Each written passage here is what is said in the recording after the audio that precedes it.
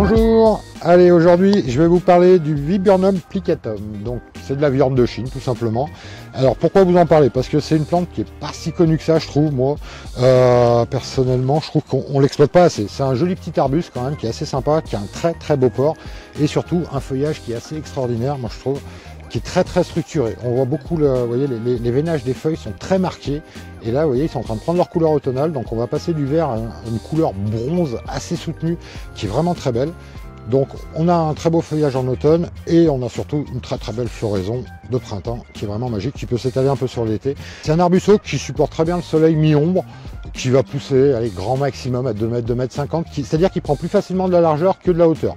En hauteur, il reste très raisonnable et avec un port très étalé, c'est-à-dire qu'il va pousser un peu en étage. Vous voyez, là on se rend bien compte et la fleur suit un peu le port de la plante, c'est-à-dire que la fleur elle pousse à plat et elle s'étale sur la largeur de l'arbuste.